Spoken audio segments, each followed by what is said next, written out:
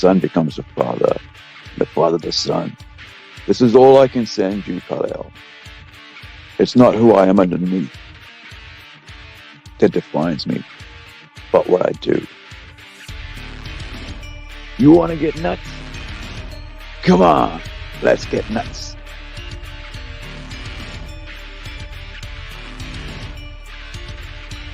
Just because someone stumbles and loses their path doesn't mean they're lost forever. You're making me angry. You wouldn't like me when I'm angry. I let my father die because I trusted him, because he was convinced that I had to wait, that the world was not ready. What do you think?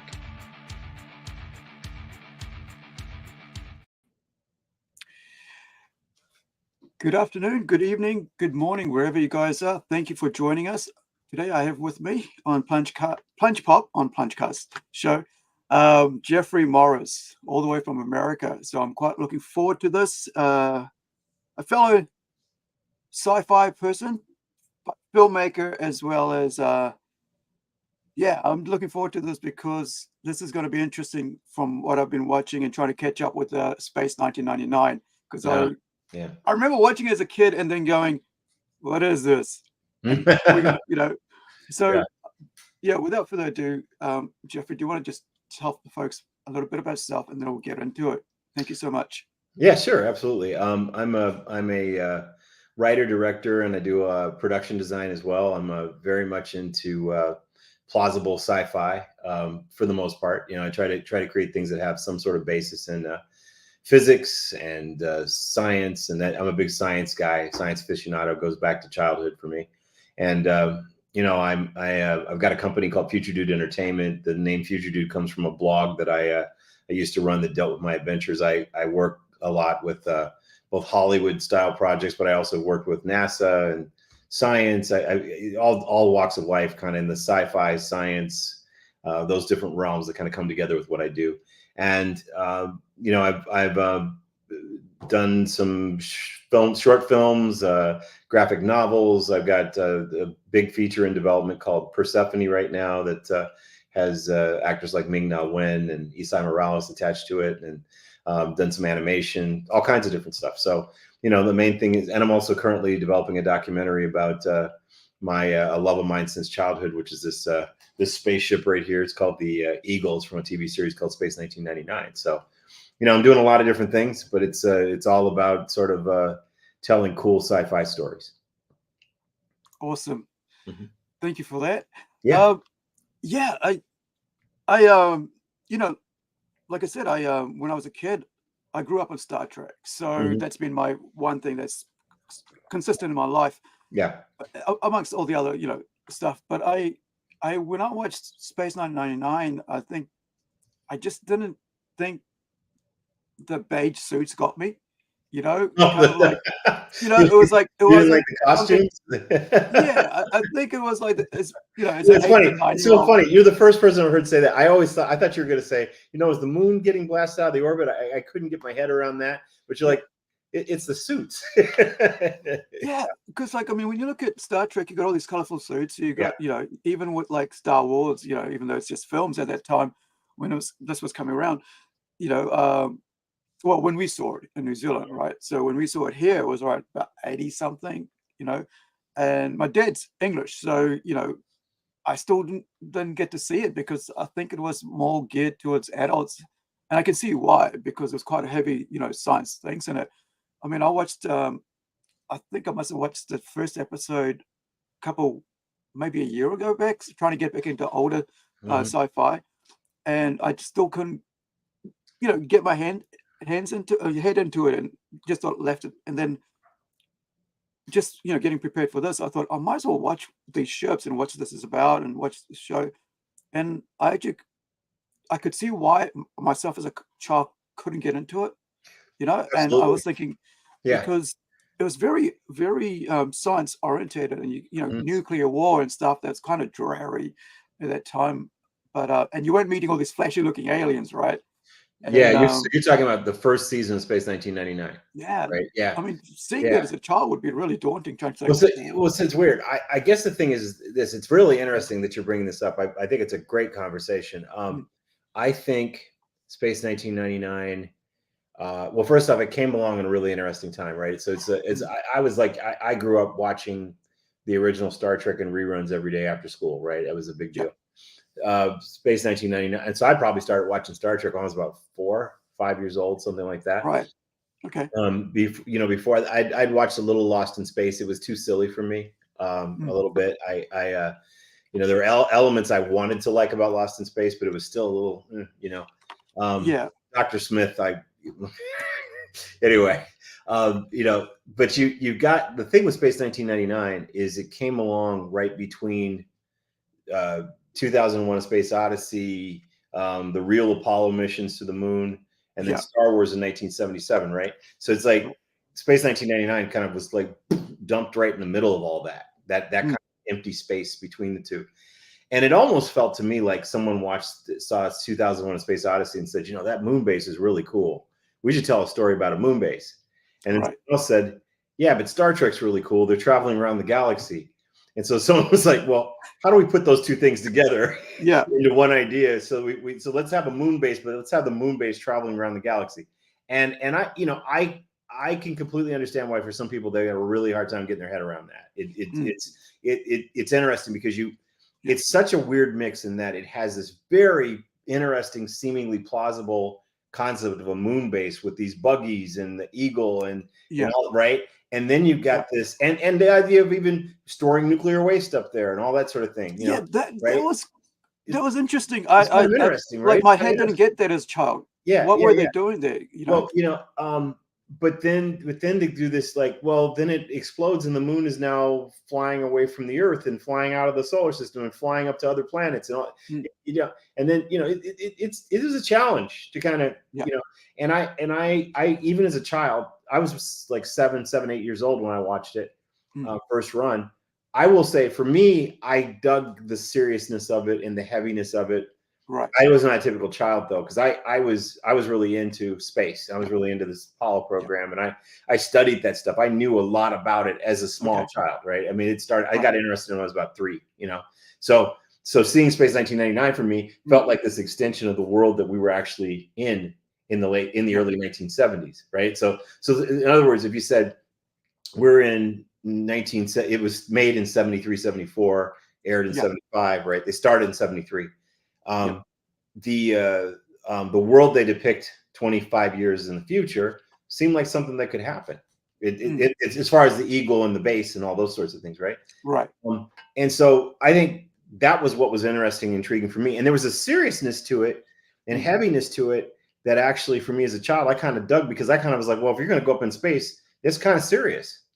yeah, There was a vibe. See, Star Wars made space fun, right? right, And they did this swashbuckling kind of fun adventure thing. And it was almost yeah, going back to the old Flash Gordon and Buck Rogers serials and those yeah, kind of things, right? So it was back to that kind of fun of space. And you certainly had but even if you watch like Forbidden Planet, which is some mm, ways the kind of a prototype for Star Trek in a way. Have you seen Forbidden Planet? gosh, You should watch it. I know the name so many times, and I'm sure I've watched it Yeah, because you I've got to watched, watch it. It's about this ship that yeah, lands on this planet, and there's an ancient civilization there that used to be there, and all. It's a yeah, really cool story. But anyway, yeah, the, all I'm saying is that 1999 is it's a weird mix, and it's an interesting thing. And I think there were elements in it that got a lot of people thinking and mm, interested, especially kids. And then I think that when they started releasing the toys and model kits of the Eagle and mm, stuff, there are people that became more affixed on that, even than Space 1999 as a whole. Even though there are people who love Space 1999, and everything. yeah. So, yeah. I used to watch that show to get to see them fly the Eagles around. Yeah, I want to jump back to you as a child and how you grew up now, because Mhm. that sort of like sets up for us for later on what we're going to talk about with what's coming up with what you've got coming up with Kickstarter. And Mhm. so, guys, if you're watching, just checking the chat. In the chat, there's the link to the Kickstarter. Okay. You can check out later, so make sure you check that out. But now it's like, let's go on a journey, you know, your journey, how you got to this place, because there's so many things, awesome things you've done. And I mean, I've studied film, so you know, I love the fact seeing a filmmaker and hearing about their journey and all that you've done and stuff. It just excites me because, like you said, you know, you're watching this at 8 years old, or, you know, 4 years old. How old are you right now? I'm 55. Right. So you're 5 years older than me. So that's what, yeah. Okay, So yeah. I'm a 73 born. So that's when these guys. Okay. Yeah. I was born right at the end of 67. So yeah. Okay. Yeah. All right. So, yeah, tell us about growing up and what was home life like. I mean, nothing, you know, nitty gritty, anything like that. Nothing personal. Just, you know, in line with what you're doing with your film. Sure. And how you got here. You know, it was childhood for me was it was an interesting time. There were a lot of different things going on. It was, you know, I'd say in the years kind of leading up to going to school, my mother had before my parents got me and my sister. They were my mother was a librarian, and my father was an aerospace engineer. So Wicked. we lived in a world where my parents would ask me questions, and they would challenge me, and they'd make me think. It was very much like they didn't baby talk me. They were very, very they weren't like mean and strict or anything. It was more like they were there to try to inspire me and get me thinking and get me, you know. So that was a big deal. My father, you know, he would bring home model kits or images of things. He brought me home a poster of the space shuttle 10 years before it launched. Right. He worked at this company that had that. So there were all kinds of really cool things that happened with that.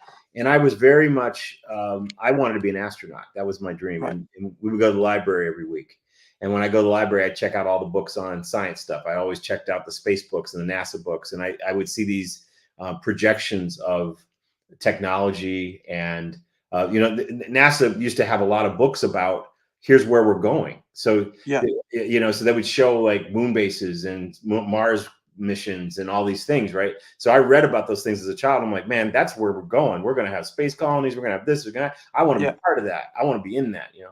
So that was a big part of that early childhood. And then I when I went to school, things changed a little bit because suddenly I'm in a situation where there was a lot of, you know, we're just coming out of the civil rights movement, and I lived in an area where it was predominantly white, and there was a lot of racism. I mean, it was crazy, actually.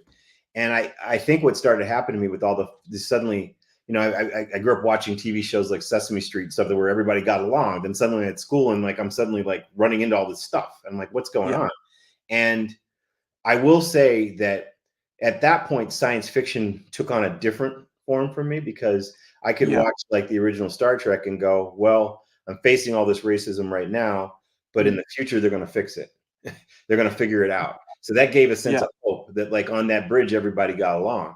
On that bridge, you had all these different types of people and everything. So it told me that there's, and, you know, and honestly, Space 1999 even meant more because, see, Star Trek was 300 years in the future.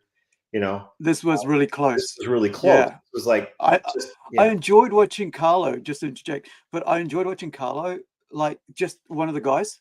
You know, is like you watch all the different people. There's Russians. I think there's, from the accent I'm trying to figure out, and but you know, there was about 2, 3 you know, African Americans, or you know, people there, and I thought that was really interesting at that time. You mean on Space 1999? Yeah. You know? No, they were, I mean, they were English, but Jerry Anderson, the creator of Space 1999, he and his wife, they really thought that having a sense of diversity was super important, because they were like, you know, in the future, we are going to have all kinds of people here. And we are, you know, so they, you know, that was the thing when I watched that show, and you see women having all kinds of dialogue and being in serious capacities. You know, that was, I mean, the co-lead of the series is a woman. So it was like, that was different. That was something really, really powerful. And then you literally would have scenes where you'd have 2 or 3 women and 2 black men, you know, in the same shot in 1975. Okay. I don't, people don't realize how much that meant. That was a big deal, you know? So seeing that show gave me a sense of hope that the struggles I was facing as a child, that was going to get worked out, and it was going to get better. So. Yeah, I found like when you talk about racism, like I'm Indian, right? So when I came to New Zealand, I came from a country that was native Fijian. So you had Afro-head Fijians, and then you had Indians. And then you have, but the Indians were also Muslims as well as Hindus, Okay. as well as South Asians who have their own religion as well, kind of. Okay. Yeah, South Asians, like Tamils and stuff like that. But like you only had two different people. But when I came to New Zealand, you had Maoris and you had Pakeha, which is basically Europeans or the indigenous Maoris. Okay. But I found myself as a target of racism because I was the darker skin. Right. So because my skin really is dark compared to most Maori people, which is probably like half that darkness. So I became the target of that. So when Roots started showing here, that really took on a very racist tinge for me, because I was like called Chicken George or Kunta Kinte, stuff like that. So people don't realize that like this is how it works everywhere. You know? It's human. Like, it's a human problem, and it's something anybody that different, right? It happens for different reasons, different ways, but it is a human problem, you know. And that's one of the things I get really frustrated here in the U.S. is that, you know, people, you know, there's definitely a history of racism. I faced a lot of it myself at times in my life when I was younger. But I mean, at this point, I mean, I feel like we need to move on. We got to get to work. There's stuff to do. You know, we can't be spending our lives dwelling on this stuff. It's like, it's almost like it self-perpetuates at this point, you know. And I just feel like we gotta move on, you know. It's like if you keep looking for something, it's always there. It's always there, and it's always there if you look for it. And I don't think the next move is. I don't know if people sometimes realize that they're actually they could be potentially generating what they think.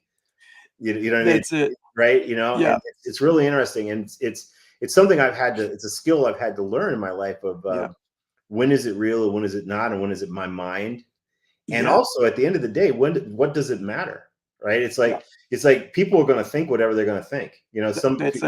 You know, there are people who are going to think you're the greatest thing in the world, and people are going to, you know, treat you like you're garbage. It's just it all depends on the person, and at the end of the day, you got to decide who you are and what you're going to go and do and accomplish, you know.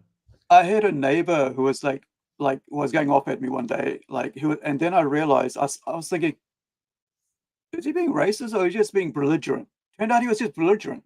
Yeah. Oh, absolutely. He was just belligerent. Well, that's the thing. Alcohol, like, belligerent. Exactly. It was like everybody.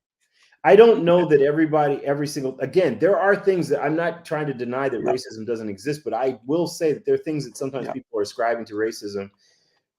It's just somebody being a jerk.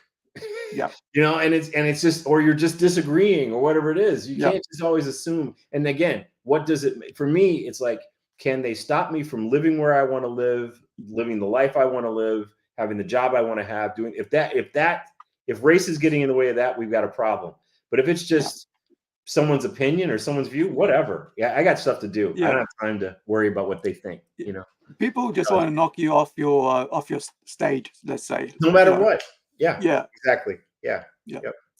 So let's say after you know, like middle school, junior high, what was it like then? Like, you know, with you being interested in the sciences. You know, it's interesting. So it was funny because talking about this industry, this started situation. So I wanted to be an astronaut until about the mid 70s and late 70s. And I saw Star Wars, and it was interesting because I know a lot of kids that were just way into Star Wars, really into the action figures and the story. You know, for me, Star Wars was about how did they make that film, right? It's like I was blown away watching Star Wars, going, man, for 2 hours I believed this.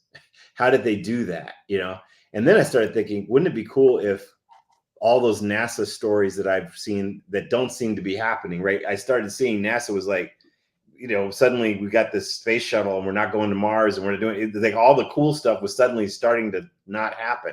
Right. Yeah. And I'm like, what? And the public was losing interest and it was all waning. I started thinking, man, someone needs to start making some movies using this technology in Star Wars, but do it to tell realistic stories. Like, why can't we tell a story about people living on Mars or traveling out in the solar system, stuff like that? That's when I decided I wanted to be a filmmaker. And I started on that when I was like in middle school. And I started learning I got some of the Star Wars books and taught myself how to draw spaceships and design spaceships, and studying guys like Ralph McQuarrie and Joe Johnston and Sid Mead, all those kind of designers. I learned a lot about filmmaking. I started making my own little Super 8 movies. So this would be about mid 1970s. This Or was a little bit later? late. This is late 70s, early 80s. That this is when, yeah. For me, that's when I, kind of started between 11 and 14. I started trying to make my own little movies and doing stuff along those lines. Okay. Yeah. Yeah. Yeah. I mean, it must be like having parents like, of that caliber, like intelligence and, Mhm. with jobs like that. It Mhm. must be, I mean, just an interesting, like, I know a lot, I mean, I look at a lot of parents, like, because I come in contact with a lot of different people. Not every parent would be that encouraging of the kids. Oh, no, Like, not at all. and, No, and no, I not find at that, all. like, Not at all. No, and you know what? Well, my parents, I would say they were perfect. No one's perfect, right? mm, I will say they certainly tried, and they certainly did everything they could to try to create an environment where I was empowered to be able to go forward and do something. And I don't think a lot yeah, of people realize the impact. Yeah, there's yeah, all these people just kind of have kids, and I don't know if they realize the magnitude and importance of yeah, what a parent is, what the responsibility of a parent is in terms of really yeah, providing a roadmap and a path forward for their child. That's super important, and I'm very thankful to my parents for that. They both passed on, but mm, they were definitely a positive influence on me, and definitely part of the core of what allowed me to move forward, who I yeah. am. I think, I mean, those early building blocks. I mean, to see your parents actually talking to you and engaging with you on kind of like on a adult to adult level, you're Yeah. talking No, questioning my stuff. parents never talked down to me. They never Yeah, talked, they never talked to me like I was a child. They talked to me like, we're just talking, right? yeah, And they never like underestimated my intelligence. And I think that's so, like, it's something I don't think a lot of people understand. Like, if you have a baby and mm, you baby talk, you go, would you yeah, do, right? Okay, yeah, that baby is looking to that parent like, what are you, yeah, you're here to teach me, you're here to show me. And if yeah, someone puts gibberish out, that's delaying you, that's delaying the yeah, process. You see what I'm saying? That baby's mind is like, I saw this woman the other day just talking to her child saying, you want to go bye-bye, want to go bye-bye, like, what does that mean? You know what I mean? Right? What does that mean? If you're and I don't, again, nothing against that, it's just that I don't think people realize, like, there's a mm, responsibility here. I think we can get into this later, but the point is, for yeah, me, is that I feel like we are in big trouble as a civilization right now because we're losing our ability to critically think. yeah, And we, yeah, critical thinking is waning. I feel yeah, almost like the intellectual trajectory of humanity kind of hit its peak, and it feels like we're descending. And yeah, we, this all starts with how parents raise their kids or how they communicate with their kids. 100%. You know what I mean? Yeah, So yeah, it's such a huge deal, and it's such a big responsibility. And it's something like with mm, my two sons, I took really seriously with them, raising them. Yeah. So yeah. yeah.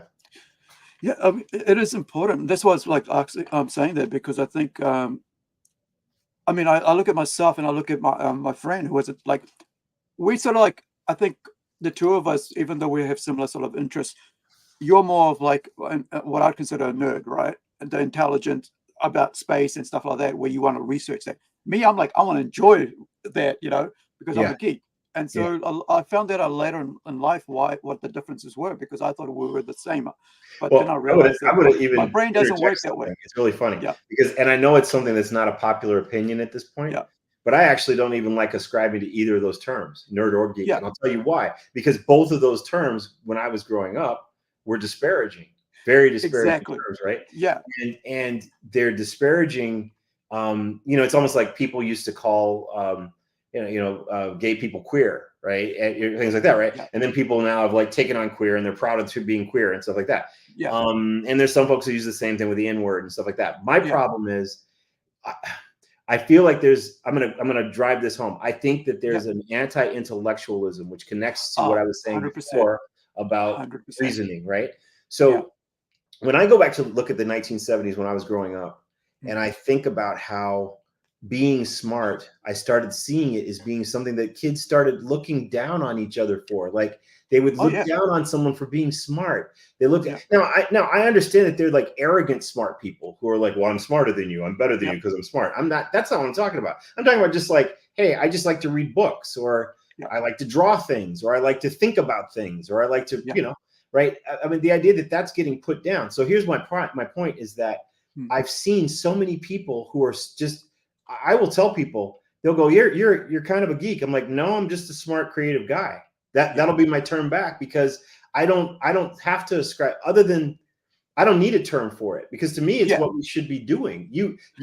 I applaud people like yourself for, you know, wanting to think and wanting to read, you know what I mean? That's important. And it's like, last thing I'll say is, like, I notice people saying things like, they go, yeah, I'm a nerd, right? You'll say, man, you really know a lot about this subject. And they'll go, yeah, I'm kind of a nerd. And now think about that.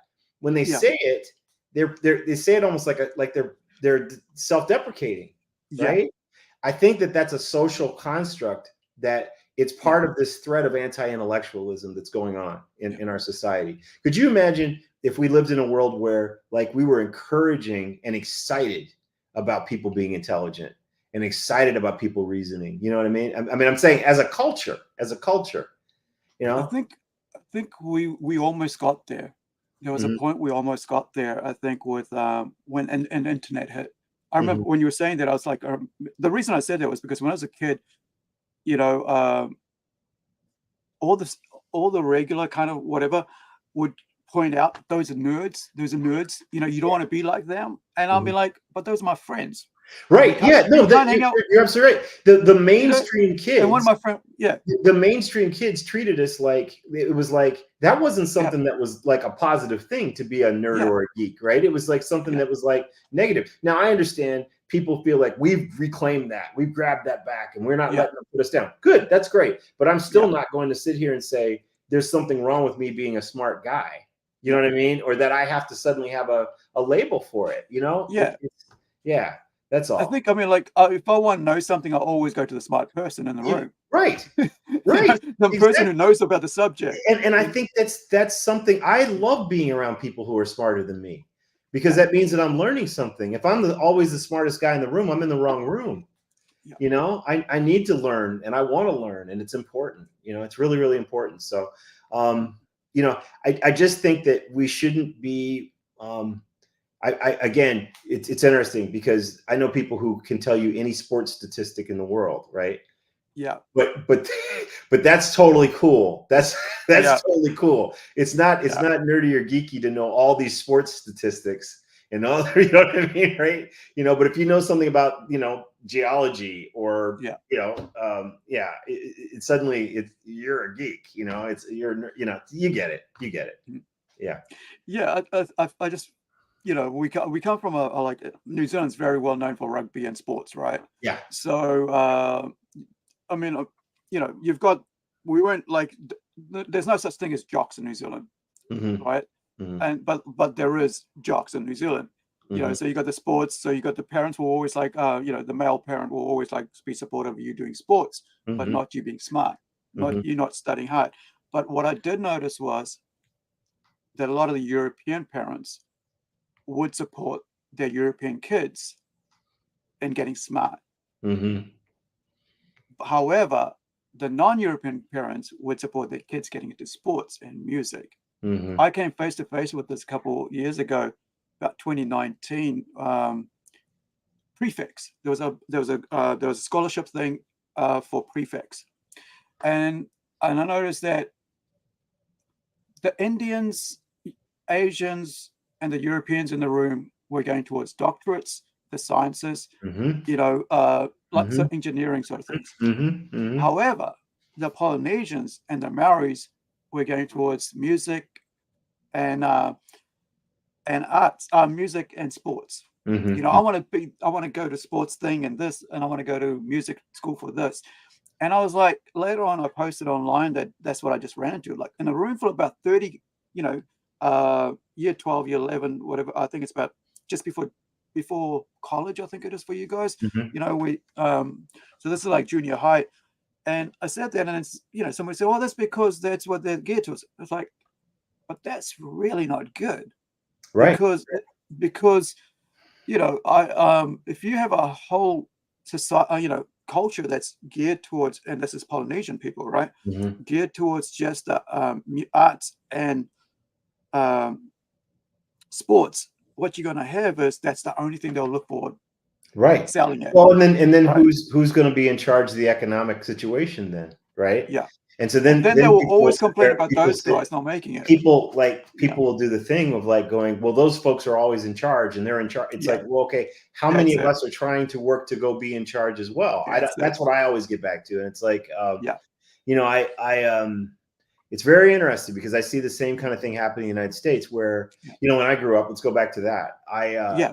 You know, so when I was a small child, kind of up until junior high, I was like one of the only kids of color, right? Okay.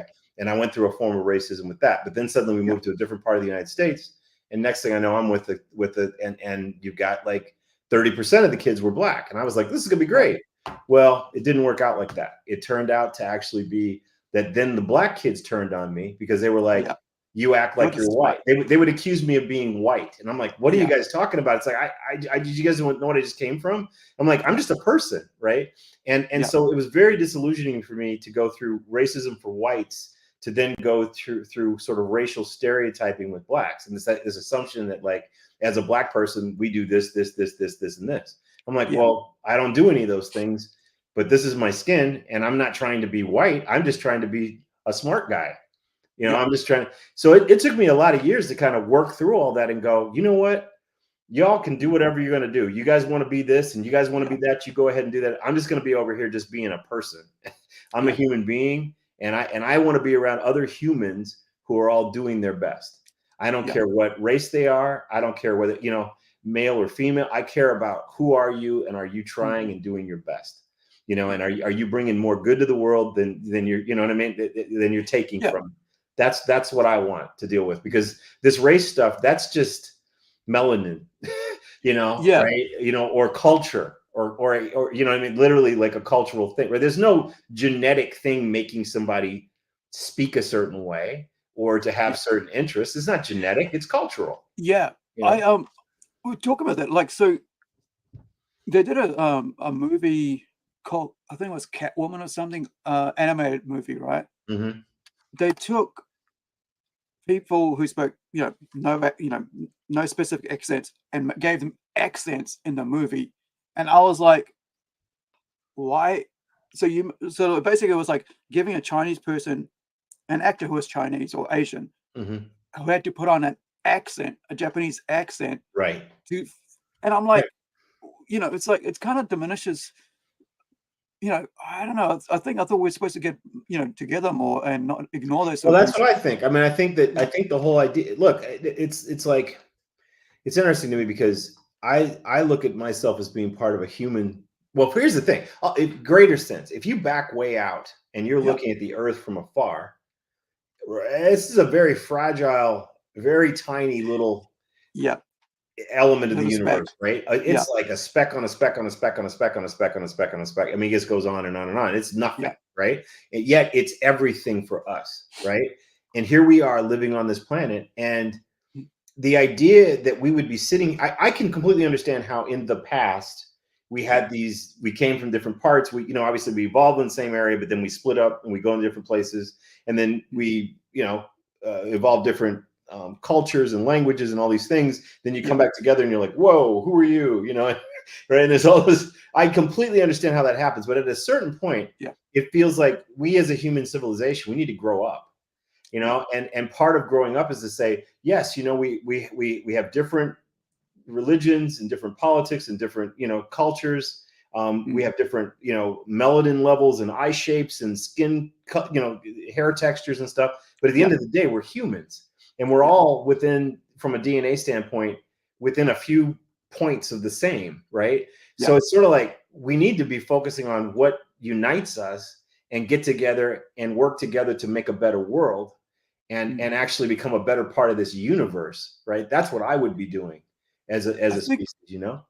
We would succeed at so much. Oh, I know. You know, it'd be a different world. It'd be a completely different world, you know? And I often think about, like, I fantasize with the idea of like, what would it be like to, you know, start a school where the beginning, you know, starting in school, it's not this idea of indoctrinating about any of these sort of cultural patterns and all these things that we've been, but more like talking about science and the universe, and inspiring critical and creative thinking and capacities. And that's what you do with children from the beginning, right? And you're inspiring them to become citizens of the universe, as opposed to, you know what I mean? These limiting little buckets we create, you know? I kind of feel like, for me, and like, you know, mid 80s was like that for us in school here.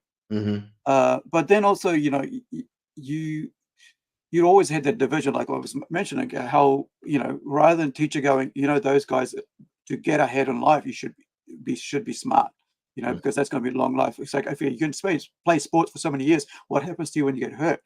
You know, stuff like that. Absolutely. Teaching people about. And by the way, I've always been an athletic person, right? I am Same. athletic, and you know, I'm not against athletics, and nor do I think that athletes are dumb. I don't. It requires quite a bit of intelligence to be good and excel at athletics. I'm not saying it, but there is a big difference between. See, I think I think athletics should just be part of being a well-rounded human being, right? Is that right? Because it's healthy, right? It's just because I think there are plenty of smart people who neglect that. Who don't work out and who don't take care of them. You know what I mean? There's like it's like they live too much in here instead of taking care of it all. So to me, it's all about balance. So when I talk about an intellectual society, they're also physically fit. They also are encouraged to take their health seriously, you know, and to support each other in the environment. That's all part of it too, you know. So I just want to say, I don't want to make it come across like I'm anti-sport or anti-athletics. It's more, what I do think is a problem is the place that it has in our society, right? It's 100%, right. And I would align. I even have to align. And as somebody, and it's funny to say this as someone who creates entertainment, but I still feel like what we're doing with entertainment and sports, really, in terms of you know, it is a form of entertainment, whether people know it or not, right? When we're watching sports, it's like we put entertainment on such a pedestal. And it's like we don't realize, you know, whereas I think it should be part of our lives, but I would rather that we put our intellect and our growth and all that stuff higher, you know, than being entertained. You know, that I think we'd have a different society, you know. Well, I used to play sports since I was a kid, like from like soccer, rugby, volleyball, you know, badminton, anything I could do, you know, I would do it, you know. Rock climbing, everything, and but I had to stop there because I had a car accident. But I just enjoy watching people do that, because I mean, like, you know, you talk about health and eating and stuff. Because I watch, you know, I'm a huge fan of wrestling, but I read more about wrestlers now and about their lives now than I do the actual wrestling matches they have. And so somebody, one of the young ladies was talking about on the new, you know, they did the news about her, and she's saying, you know, I'm supposed to look after my body, I know that, but come 11 o'clock at night, I just want to binge out, and you know, and I want to have a bit of ice cream, and you know, and so I think, you know, there is a lot of intelligence there, and it's not diminishing that, but like, I think we just put the focus differently when it comes to sports, and we aspire greatness to sports rather than greatness to intelligence and about business and learning of those side of things. But I think just, you know, well, and again, it's not just that. I think we're putting a lot of again, I don't want to make it sound like I'm a fan of things, right? Okay, but it's just that I try to balance it. It's like that shouldn't preclude me from reading a book or working out. You know what I mean? It's like I can be a fan and I can also do these other things, and it's about being balanced. That's what I think humans are missing right now, right? We get so skewed in one way or the other. We get way too far in one direction, where it's like, how about we find a middle where we can play around with all of it a little bit, you know, and learn and grow and evolve. So well, that gives me a good segue into middle school. So what was that like?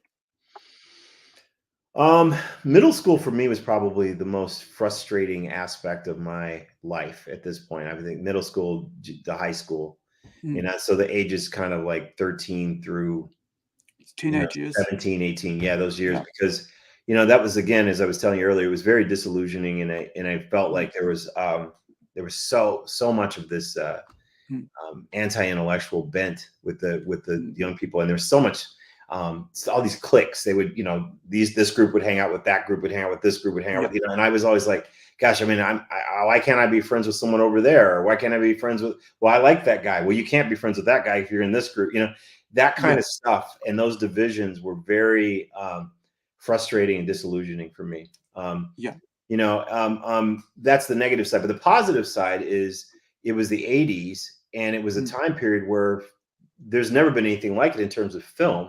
We had things like, I think about like years like 82, and, with all the cool movies that came out in 82, right? And, stuff like Tron and Star Trek 2 and, and all, Blade Runner and all this stuff. It was amazing. Dude, it was an amazing time. My number one film in the entire world. Nobody will ever say that's not the best. It's like Blade Runner is my number one.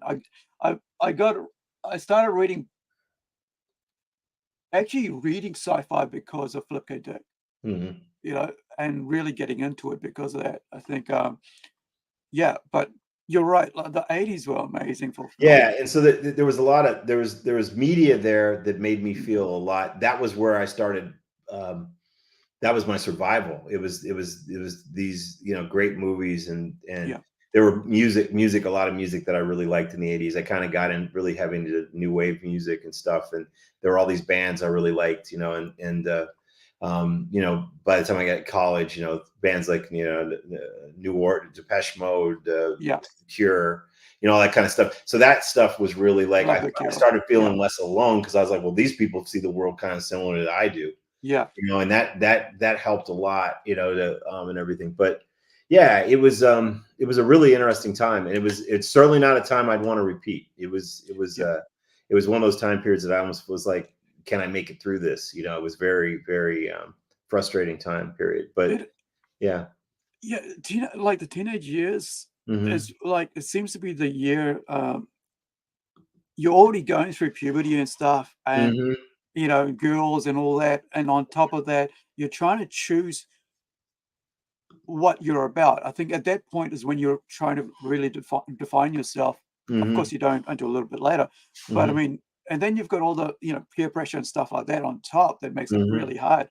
I find like I really feel sorry for kids at that age. I mean, as an older person now. Well, and I think, when I look at them nowadays, it's like it's incomprehensible, because they're dealing now with all the pressures of social media.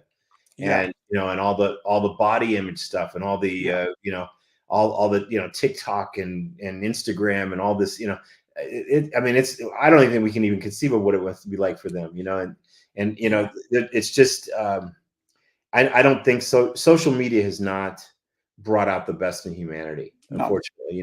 I mean, look, I mean, it's fantastic that you and I can do something like what we're doing right now. That's wonderful, right? And I don't want to put down the idea that the technology, it's good that it exists in a way, but I think that the way it's being exploited and used, it's damaging us in a lot of ways too. So, but you're absolutely right. I mean, those are tough years, and so I will say that I got a lot of inspiration for, in a positive sense. They were also my formative years. And there were such interesting times in the positive sense, right? There's so much stuff that I learned. And I think, again, I don't think there's ever been an era like that period between 77 and 83, 84 with movies. Oh my gosh. I mean, there's so many there's just never been anything like that. It was so interesting and creative, and really, really, there's so many movies. I just go on and on about it. So Terminator came out that time as well. Yeah, Terminator was around that time. Yeah. I think that was 84. But Terminator. You had Aliens in 86, which that's what I was just wondering when it came out. That's one of the best movies ever made, as far as I'm concerned. Yeah.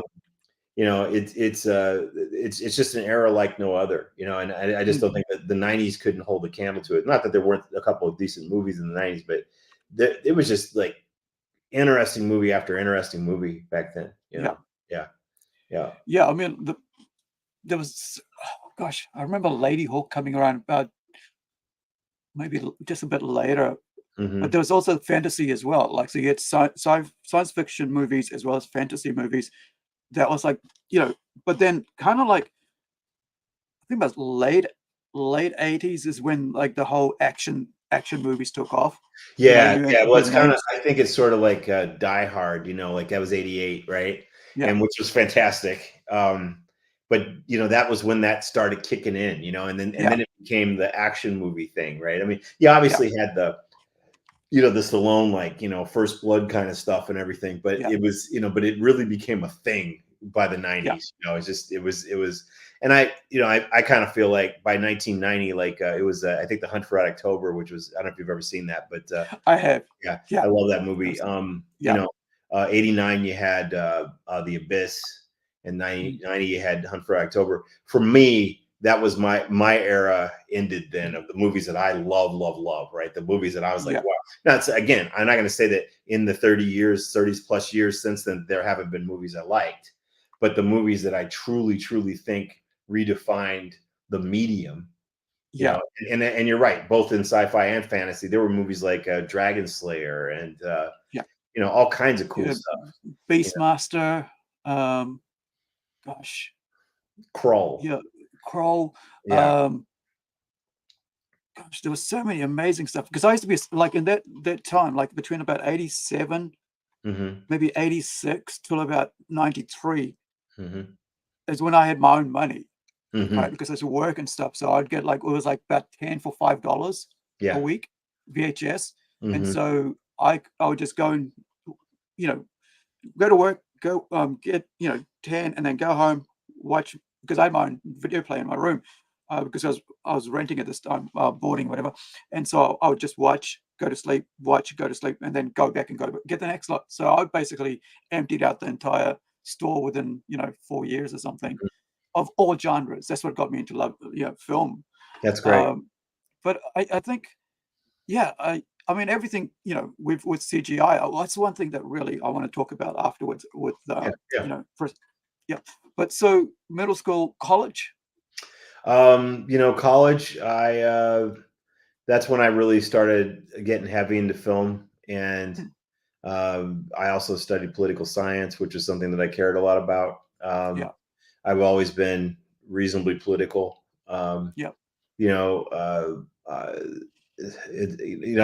mean, I guess it's just kind of part of being a human to me, or being part of a civilization, is that you yeah, pay attention to these things. And I was yeah, going back to childhood. It's like, just like I paid attention to the space program and stuff like that. I mm, was aware of Vietnam War, or Nixon's situation that happened. There are all kinds of fascinating things that happened in the world of politics in the mm, 1970s as well. And I was a little kid, but I still knew about it, and I still paid yeah, attention. I would talk to my parents about it. So I've always had that political angle to me. So mm, that became part of college for me. yeah, Um, and I think that was when I really started coming in my own. I really started, finding my own look and feel. And, I grew my hair long, and, yeah, I was a different guy then. I kind of became doing my thing. That's when I yeah, started figuring out and doing my own thing. And it was like, I wasn't under my parents anymore. My yeah. parents was interesting. My parents didn't want me to be a filmmaker. They actually wanted me to go down a path of something like engineering or architecture, Okay. or something more, more of a discipline. Get in there, do something you can make good money. Yeah. And, and I wanted to make movies because, and I thought about being an architect. I actually almost went to college to be an architect. Mm, And then I also considered being a commercial pilot. That's another angle I thought, right? But mm, I decided that making movies let me do everything. Like, right. I could design a house, I could design buildings, I could design stuff, create worlds. I could Yeah. I could pretend to be a pilot. I could do anything I wanted making movies. I started Yeah. thinking, like, if this was all, because part of it was like, I looked into being an architect, and I was like, well, okay, can I really design cool futuristic buildings? It's like, well, Mm, not really. I mean, most architects, like, we figure out we're designing a bank, yeah. and there's just the way banks look, and we just want to Yeah. make sure that the bank looks like a bank, and so you Yeah. might be able to make it a little interesting, but you know what I mean? It wasn't going to Yeah. be like, I'm not going to be like You still, it's the mold. There's a mold, and you yeah, can't really yeah, break yeah, too much yeah, of the yeah. mold. I Yeah. wasn't going to be like Hadid, doing these massive, amazing, you know what I mean? It's like, maybe I could, but it's not, the odds were, now I can do whatever I want, right? I can Yeah. design all kinds of stuff because Yeah. I'm in the world of creativity and movies. So I think, when I pursued going down the path of film. It took my parents a few years to get into it, but once I got out of college and I started my own business, I moved to here where I live in Minnesota, which I don't know if you've been over the U.S., but it's in the central part. Okay, so Okay. as far as the U.S. is concerned, we're kind of in the middle, what's called the Midwest, and I'm in the north part of the Midwest. So, so during the winter, it can get very cold here at times, and a lot of snow and things like that. And but then it actually gets pretty warm during the summer as well. So that's the thing. So I'm in the, so I'm based in the Midwest, and which also was interesting because I kind of had a choice between going to California, which is where Hollywood and all the film stuff is. But there was a lot at the time, the musician Prince, he's from here. And and so Prince, and then there were movies being made, all kinds of stuff. And I wanted to be part of that. So after college, I came up here and I decided to become part of that. And I did eventually become part of it. I ended up working with Prince some and doing stuff. And I directed commercials and music videos and that kind of thing. So that became kind of the basis of me launching my career, Yeah. Awesome. So, yeah. So, well, let's hit up Prince for a bit. Like, is this after doing commercials and stuff, or was it like doing short films and then on to that? The Prince stuff is funny. It was kind of almost early on because I I was, again, I was much more part of that whole thing. I used to do dance choreography and I DJ'd, and these are kind of my things I did to make a living while I was trying to figure out my film career. And I actually ended up, I was more of I had to decide actually about 1990, I had to make a decision. Do I want to be a musician or do I want to be a filmmaker and business guy? And I eventually decided to become a filmmaker and business guy because, again, I just felt like there was much more of a basis and a possibility for having stability and a future to that. Whereas musicians, it's kind of like anything. You get a certain number of years. And I mean, there are some musicians that obviously pull it off and do it for a lifetime, but it's a challenging industry. And look at where it is now. I mean, it's and so, I was doing stuff in front of the camera with kind of the Prince entourage and things like that. And then it was during that period that I decided that I wanted to for sure be behind the camera. So, so that's when I went from there. And then I started working on music videos and stuff like that. And commercials. So I went from there. So then getting into film, that kind of happened later on, later in the 90s for me, go ahead. How'd you get, how'd you go from, what was this transition from coming out of college and then going into setting up towards, into film? So did you start with commercials? How did you set yourself up? Or did you work for somebody else? So the first thing I did actually was graphic design because I wanted I wanted to make sure I could make a living. So I did a lot of, I would do things like design business cards and menus and letterheads, things like that. But it was stuff that kind of kept the lights on, right? And then at night I would DJ at clubs. And so all that was a way to kind of make some money. And I knew I wanted to direct movies, and I knew I wanted to go, but I was like, it never made sense to me that it was like, so I would see people in LA, and the problem with Los Angeles is like, it's saturated with thousands and thousands of dreamers, people who are like, want to be actors, want to be filmmakers, want to be, right? Yeah. And some of them pull it off, but it's a really small, and you're really fighting for the oxygen in that kind of environment when there's so many people there, right? Yeah. And I knew I wanted to have a shot. So being in Minnesota, part of what happened for me is I started focusing more on learning how to be an entrepreneur, because I figured if I learned how to do business, I would have a basis to do anything. So I started learning how to, I worked with this grad student program at this university near me. And I was actually working with their grad students, and they helped me write my first business plan. So then I learned how to write business plans, and then I started raising private equity. I got money to my company, which got me started. You see what I'm saying? That's how I got off the ground, is doing it like that. So that was a really cool way to, it's sort of like that, teach yourself to fish thing. You know what I mean? It's like, and so that was what kind of allowed me to start, because I figured if I learned how to do business, I could sustain this long enough, because the odds are against you when you're trying to make movies and you're trying to create stuff like this. This is just hard to do. It costs a lot of money, and it's also very hard in the sci-fi genre because, obviously with most sci-fi, you're creating the elements, like you're You're designing Yeah. things, building new worlds. You have costumes and sets and props and visual effects, and that's expensive. You know, it's different than Yeah. just making a movie about a relationship where you could shoot it in an apartment. You know, right? It's Yeah, like, you don't really need that money, you know. you don't need a lot of money that, to just go find an apartment somewhere, right? yeah, So you know, so that's what I did in the early 1990s, was really focus on learning how to run and do business, create businesses, and that sort of thing. And about then was when I really started getting respect from my father for being, because he started realizing that how hard I was working, and that I was actually working at it from a business angle, as opposed to being some dreamer creative guy, you know. So yeah. I think that's something that's really lacking in the arts, like the idea to actually learn business.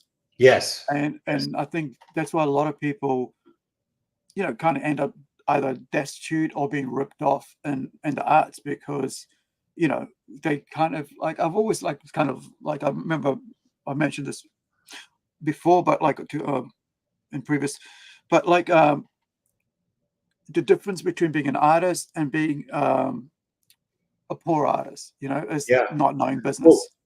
I couldn't agree more. I mean, one of the things that I always thought about is like I would run into people who were artists, and they're they're doing stuff in their basement, and I Yeah, was like, well, I don't want to just do stuff for me and my friends and yeah, family. It's like, what's the, I can't make a living.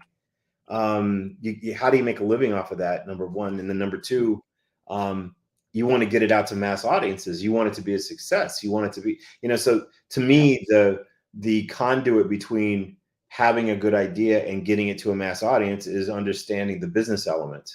And I couldn't agree more. I think that a lot of times it's the same thing. If you look at like a lot of sports players, right? They'll suddenly get a big contract, and yeah, then they blow all the money, right? yeah, Because they don't know how to do business. No one taught them, here's what you mm, do, here's how you handle that money, here's how you manage this, here's what you know. And yeah, so for me, being an entrepreneur became a foundation for being able to actually create art. And the mm, point to me is, there's no, for me personally, the reason behind creating the art is that it can have some sort of potential commercial impact. mm. Otherwise, what am I, you know, I can do art for myself, sure, but you know, you want it to succeed, you want it to go forward. That's the point, you know. Yeah. Yeah, I think if you're not able to make money off your art, then you can't make more art. Right. And I Right. think that's something that a lot of people don't seem to understand, is like, sure, you can write a song, but if you can't make that song work over and over again and put money in your bank account to keep you fed, you know, it's this this idea, it's like something joyful or just something amazing to be poor and to be an artist. Hmm. I just don't understand. And yeah, it's Well, kind of I weird. also think that a lot of those folks who are in that situation, they're relying a lot on other people at that Yeah, point, right? yeah, And I've never been a guy who wants to do that. You know, it's like mm, I'm all for opportunity, and I'm all for collaborating. And hey, I've had so many people who've been willing to uh, help me along the years. mm, I could over the years, I wouldn't be here if I didn't yeah, had the generosity and support of so many different people to help mm, me do this, and they still are.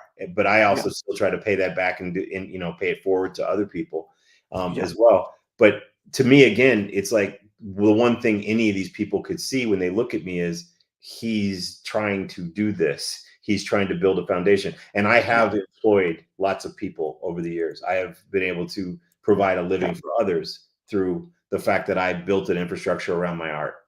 yeah. I'm very proud of that. You know, it still isn't just about me. It's about the fact that I've been able to enable others as well. And Yeah.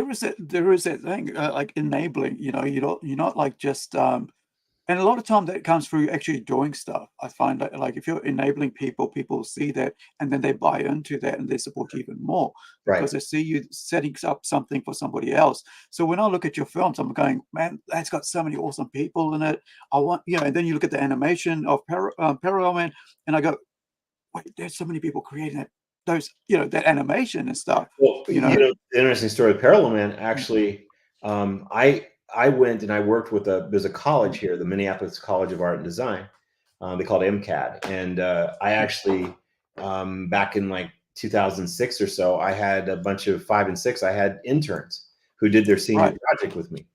Well, some of those guys who did the senior project with me, I'm still working with them now 16, 17 years later. So what happened was when I did Parallel Man, I actually put together an in-house team that was based upon a lot of those college students that I worked with. That's awesome. And we all came together, and that was that. People were like, "How did you do that?" I'm like, "Well, we did that because I pulled together some super creative young people, and we all worked together. A lot of us, we were doing this thing virtually years before COVID. We did that with people in different parts of the country and the whole thing. We pulled it off, and it turned out great.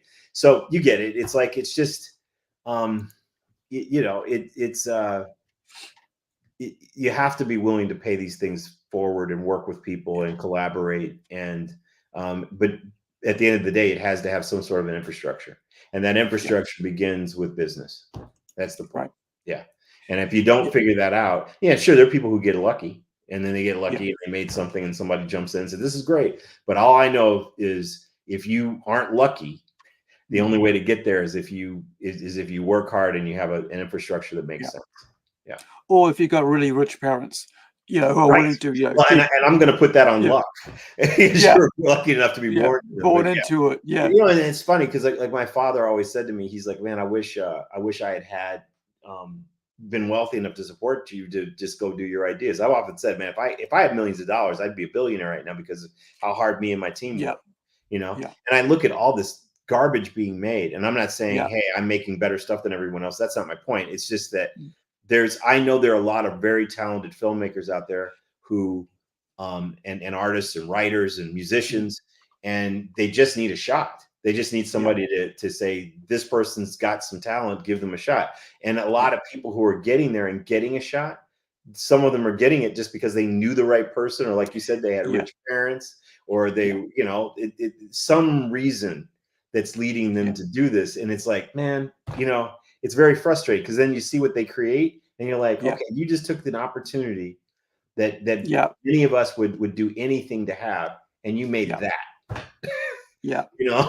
It's really, really something to see, So. Yeah, I mean, I've often thought, like, if I was born rich, but then I was like, where would I be though? Would I squander that? I mean, I've got a lot of money. That's another point, right? Yeah, you don't really know. Like I could sit here and second guess and say, well, if I had only this, I could have that. It's like, it is what it is. In some ways, this has been a hard road, but I kind of feel like it's finally starting to.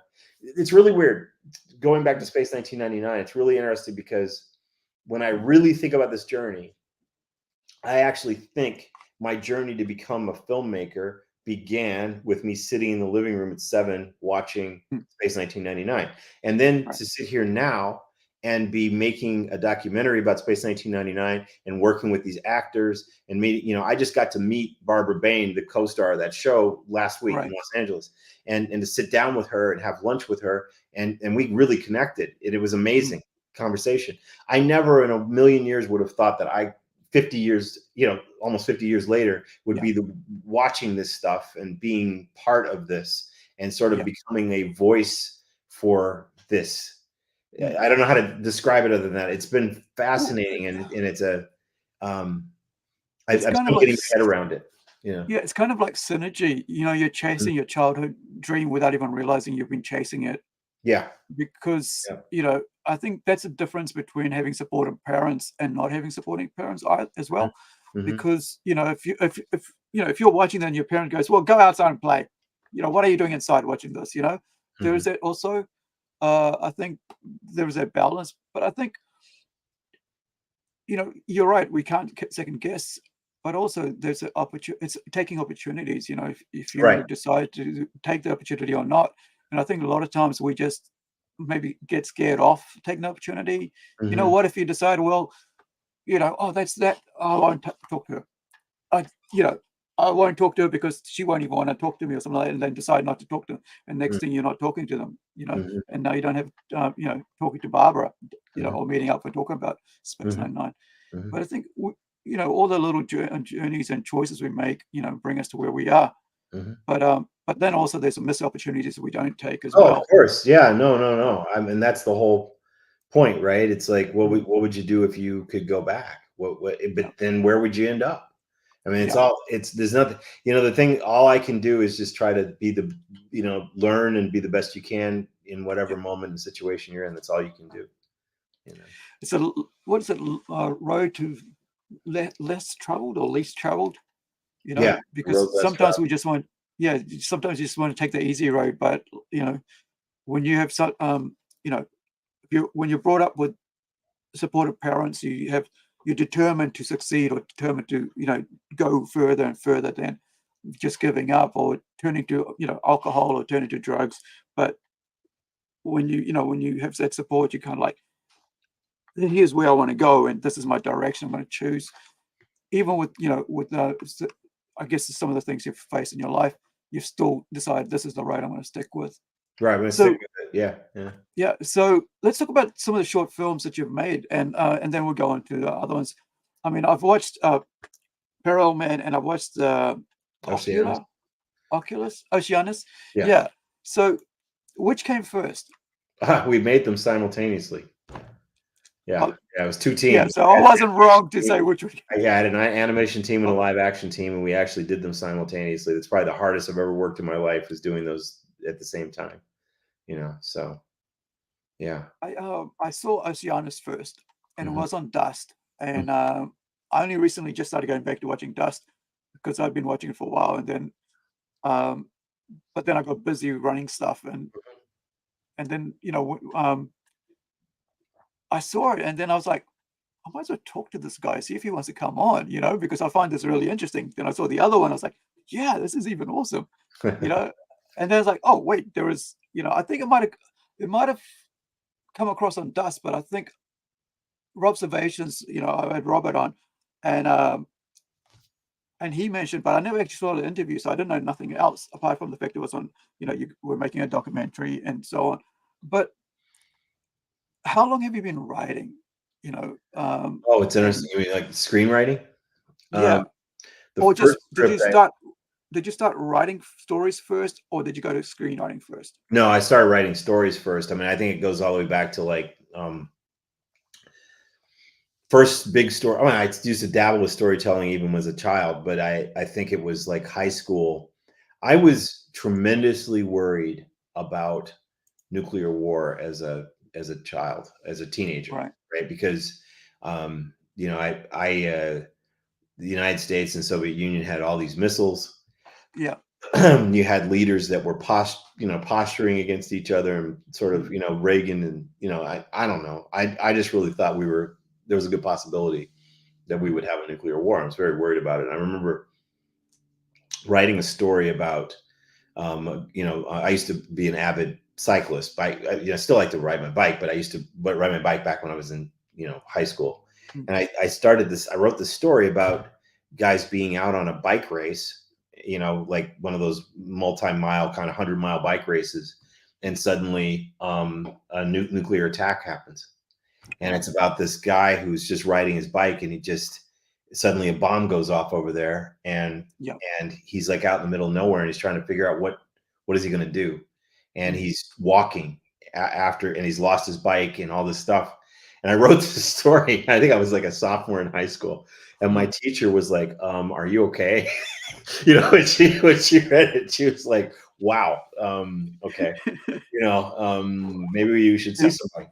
No, but it was a very dark story, and that was one of the early stories I remember writing. I remember by my senior year I wanted to tell a story about a group of scientists who made the first propulsion system that could go the speed of light. That was a story that I kind of came up with when and that was a very optimistic, positive, cool story, And this idea of like, if they could create this ship that could go this drive system, then could that open us up so we can travel to other stars and travel to other, see other things. So that was a fun story. That was that was probably the first script I ever tried to write was when I was about 17. And then I really didn't do much with it until I had some stories that I played around with, and I did them in different visual mediums. I tried to play around with like comic book style stuff or illustrated stories. But it was the LA riots in 1992, the Rodney King situation, and having had kind of a unique view of race. I decided to write a screenplay about a white reporter who goes and lives in the inner city after a big riot kind of situation, like what Mm, happened with that. And it was nothing sci-fi about it at all. It was just a straight mm. up social discussion. And I wrote that script and I submitted it to an agent, and the agent took me on. They liked the script. Now it Oh, was sent around Hollywood, and people looked at it, but everyone was like, we're not making this movie. They're like, we just survived this riot. We don't want to make a movie that's gonna, that could incite. But it helped people see that I had potential as a writer, yeah. which was cool. And so that was sort of the beginning of it. I actually did a little bit of screenwriting development work for a few episodes of Star Trek. Mm. One of them would have been produced if there had been an eighth season of Next Generation. Wow. I did a story about Worf, and Yeah. my buddy Ron and I wrote a story about Worf and this idea that there are this cabal of these people in Starfleet that didn't want Worf to become a captain, and they Right. wanted to keep him right because he's a Klingon. And Yeah. the whole idea was like dealing with this idea of racism and glass ceilings, where it's like, Yeah. okay, we're happy to have you here, but we're never going to let you be a leader. We're never going to let you be in charge. And it was sort of Yeah. taken from things that both of our fathers had been through and some of the things that he and I had both seen. And we really Yeah. wanted to do it as a parable for racism in corporate America. And it was a story about Worf. So we wrote that one, and they canceled the show, but we submitted it and they really liked it. And it's something that was so Gene Roddenberry. It's a total Gene Roddenberry kind of story, Yeah. So, yeah. Talking about glass ceilings, my dad, who's European, Mhm. and he said to me, like, if I was taller, I'd get promoted one time. About Just about because he himself was or about short. you? Was he About him. Like about he said, if if he was taller, he would have been promoted. Just because he was shorter, he Mm, didn't get promoted, and mm, he knew that. It was kind of like the thing. But he also, like, talking about myself. So there was a chance for me to actually go to, I guess, level 1, whatever you want, the high tier schools. mhm, But somehow, because I was Indian, they wouldn't let me go through. mm, But I ticked all the boxes, which was like from a middle lower family and so on, and from a town and socio-economical, lower mm, township, everything. And then it was suddenly like my dad said, they just turned you down because you're Indian. mhm. And I was like, imagine what my future would have been if that was that trajectory. And I think that's why, like, a lot of times now I just don't think about what ifs anymore, because I mean, there's always all sorts of roadblocks people put. But I think the Wolf story, I was kind of wondering, didn't they Terry Metalis do something similar to that right now, in third season of Picard with Worf? Not that I know of. Worf has obviously been through lots of stuff. He's been an ambassador. He's Yeah, done all kinds of things, right? I think season 3 of Picard, Worf was pretty much he was working undercover, right? yeah, He was working undercover, and he was trying to figure out what was going. I think he was really trying to figure out what was going on with the changelings, right? And the yeah. changelings being back and all that. So that was But I think I love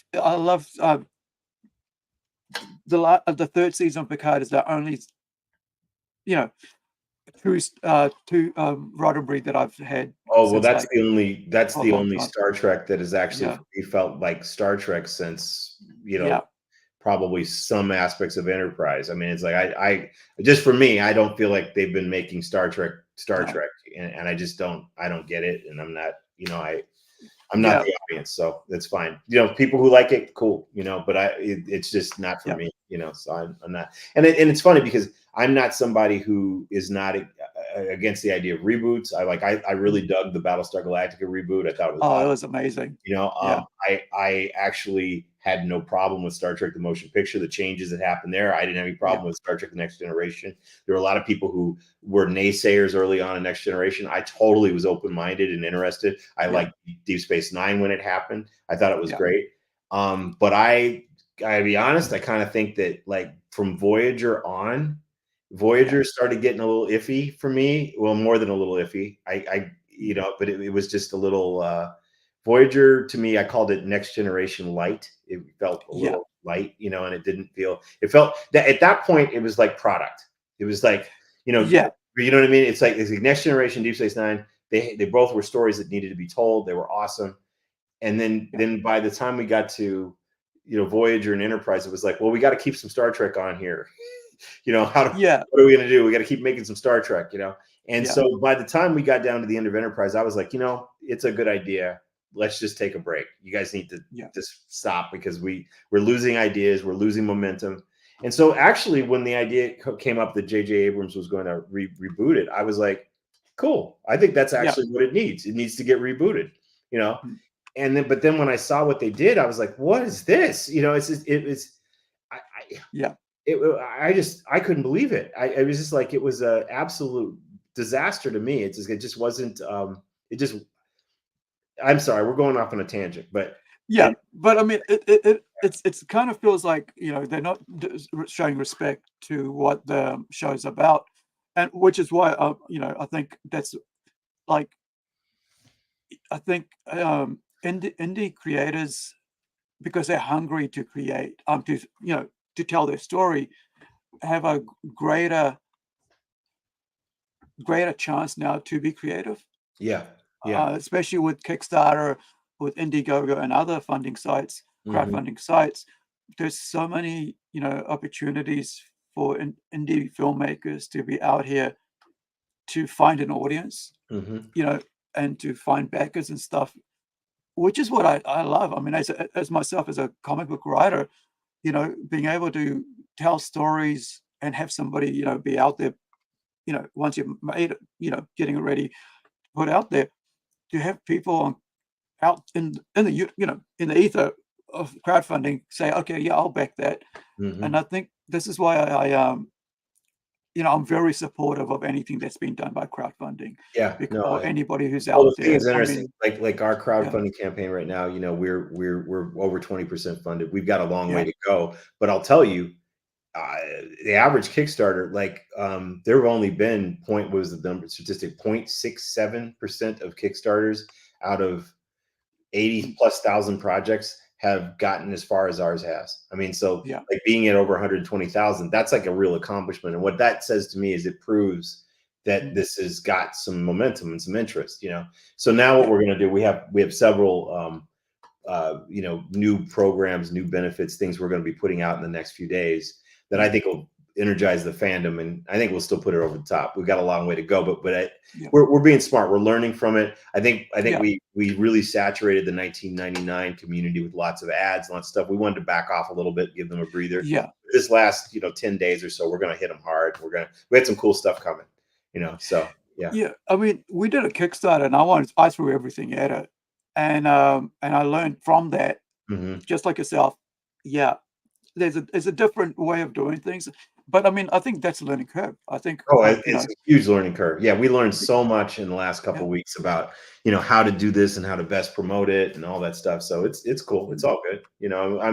I'm very, very humbled and very proud that I have people from all around the world reaching out to me saying, I'm so excited that you're doing this. I'm so excited to hear this. And so one way or another, I'm getting this made. It's going to get made. So it's inevitable. So I just had a thought, you could sign photos and send them out, because the reason for that is it doesn't cost that much to just mail something out. Whereas if you like comics, it costs about $20 to mail a comic book out. But if you're sending out a photo, it's kind of, I mean, that's just my head.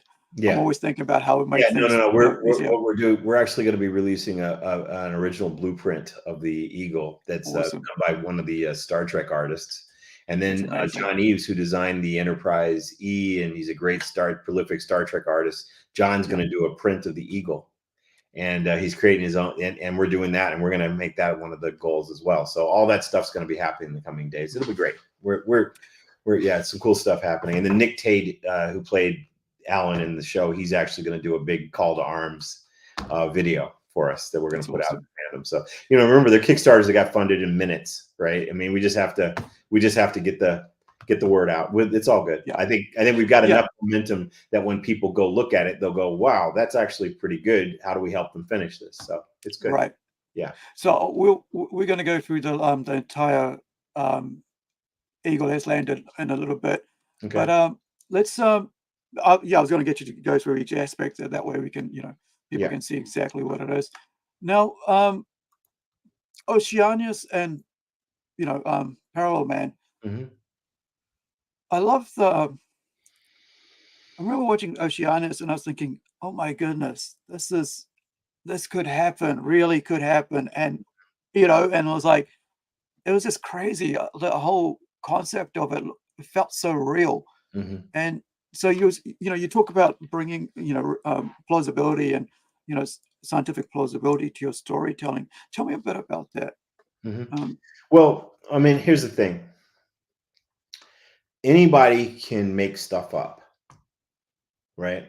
yeah. Okay, so I'm gonna tell a story briefly that some people might find strange, but here's the thing. I was a kid, and when I saw Star Wars, obviously, I think I was in 5th grade, and I saw that movie, and I remember by the time I was kind of interested. I was like, well, as I said, I was a science kid, right? So I knew something about. Obviously, we know a lot more about space than we did in the 1970s, but they knew quite a bit.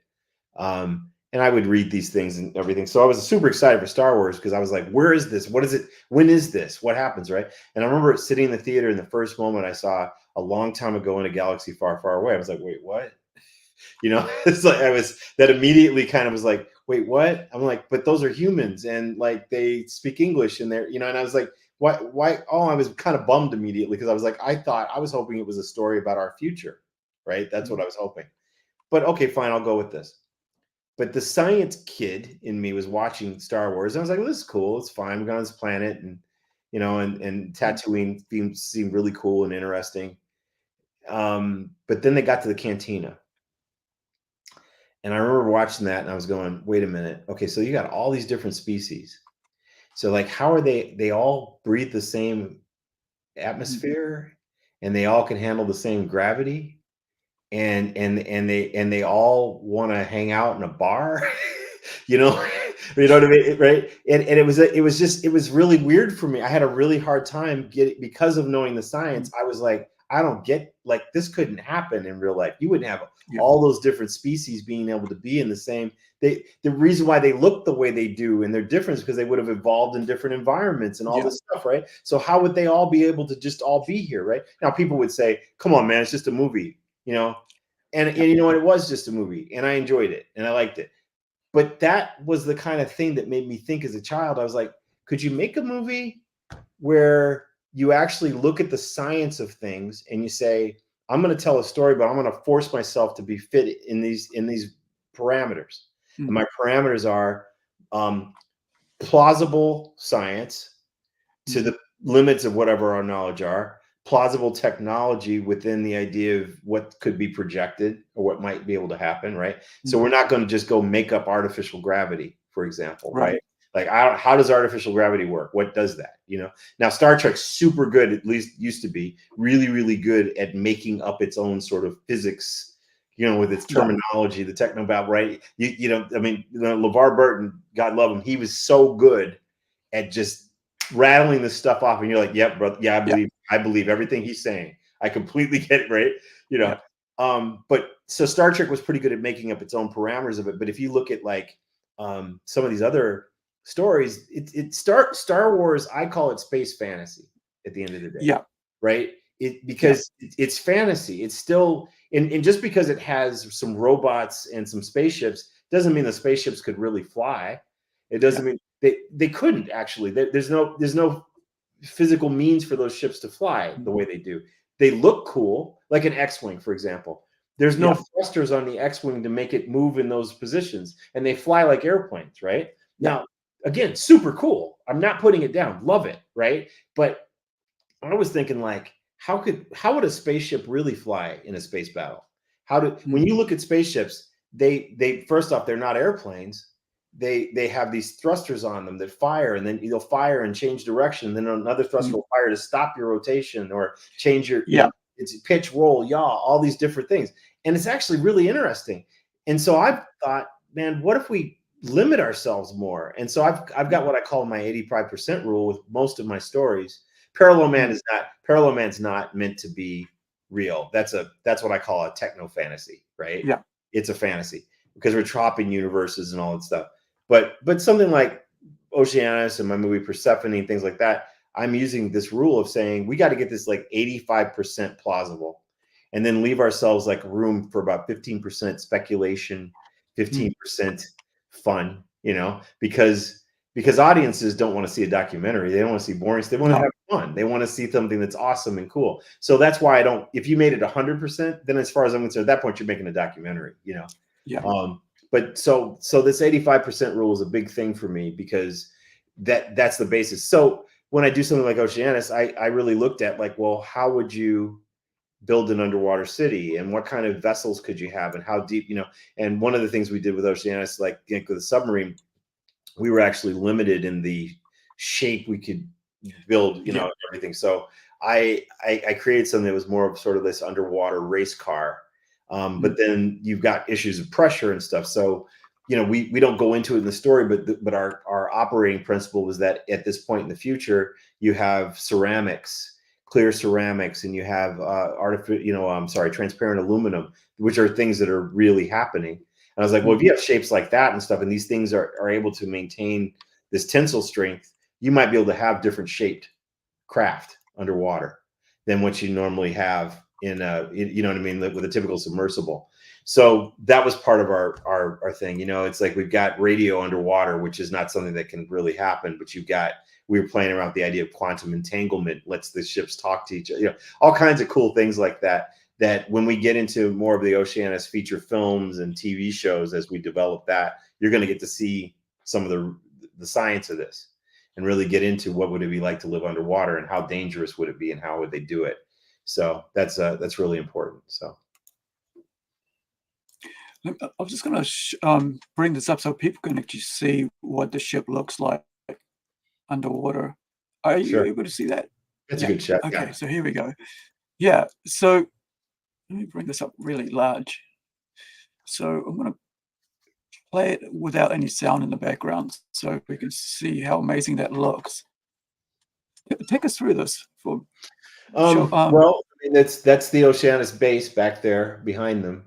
And then this is the submersible. I call it an aqua shuttle, which is an homage to something from the Star Trek cartoon. Actually, they had something called an aqua shuttle in that show that I thought was so cool in the cartoon. And so the aqua shuttles, they're these sort of advanced underwater, hot rods that basically use these magnetic drive systems to squirt the suck in seawater and squirt it out, as opposed to using screws and typical systems, and everything. So that's part of how these things are able to travel underwater at these high speeds and everything. So, and then we built this set. Actually, it was constructed up in Vancouver, and then we shipped it down to Los Angeles, and then we filmed on a soundstage with a bunch of blue screens and and lighting effects. And everything you're seeing we did with CG, and then we played around with all kinds of different cool lighting effects and stuff. You're going to see coming up in a minute, like it looks like he's literally underwater. And the way we did it was we had these cool Mylar reflectors, and we shined lights into them and shook the reflector, and it gave the shimmering effect. They were underwater, right? So then when you composite that with the other background elements and you overlap flares and stuff, it really starts to come together and become something really believable, So that's a big part of what I was trying to do here, was create something that had a cool look and feel to it, Yeah. Did you like with the actual set there? Did you create everything, or how much of it did you actually like say, okay, we can use this and that'll work here? And I really believe in practical sets, as much practical as you can, because now this was before, obviously, we did this before LED volume. Now I might have, at this point, I would wrap this set with LED volume and pre-build the imagery and then project it on the LED screens, right? But this was before that. So this was all lots and lots and lots of compositing work to do this, right? Every single shot. But the actual physical set, we designed and built that. I led the design team on it. Yeah, thank you. Yeah. That's what really got me. That's what really got me about this, is that fact that it was so practical. And Mhm. you know, I mean, you've got your CGI, that's great, but the actual fact that they're actually in that place around them, that's Mhm. real. And yeah, I was just like amazed at that. And I was like, this is really cool. It's got this real beautiful blend, you know, what you can Yeah. do and what, This is also like an homage for me. Like I really like movies like Star Trek: The Motion Picture, where there was some beauty to the visual effects and the sets, and there was a everything. It's like nowadays I feel like everything's moving so fast, and we're always trying to yeah, move through it, and like you can't enjoy visual effects. You can't like I don't half the times in some of these shows I don't even know what the ships look like. They move so fast, right? And yeah, I'm just like and I feel like a lot of it's almost like a video game influence or something. Whereas this, I yeah, was really trying to make more cinematic and more motion picture like. That was my goal. So yeah. Well, guys, make sure you guys check this out. This is, I'll put the link in and then we'll head over to Parallel soon. But I mean, I yeah, because I don't want to give away any more of the plot because that's such a great film, great short film to watch. thank you very And this is much. just part one, isn't it? Yeah, well, here's the sad part is we actually I wrote several versions of the screenplay to kind of continue this into a full film. Mm, And then the problem was with the Hollywood, it's like, well, those actors aren't big enough names. You got to recast it. That's what I yeah, started hearing, which really frustrated me because the actors were awesome in this. They were absolutely great. yeah, The other thing that was really frustrating is that we weren't able to really, move it along to where I wanted it. And so I have a version of it, a new version of it that I started developing earlier this year. That was, mm, so I've written like 3 or 4 different screenplays of it. I've done multiple TV Bibles for a TV series of this. But mm. at the end of the day, I think we're going to reboot it as a movie. Right. And So you're talking about I feature actually, length? I'm sorry.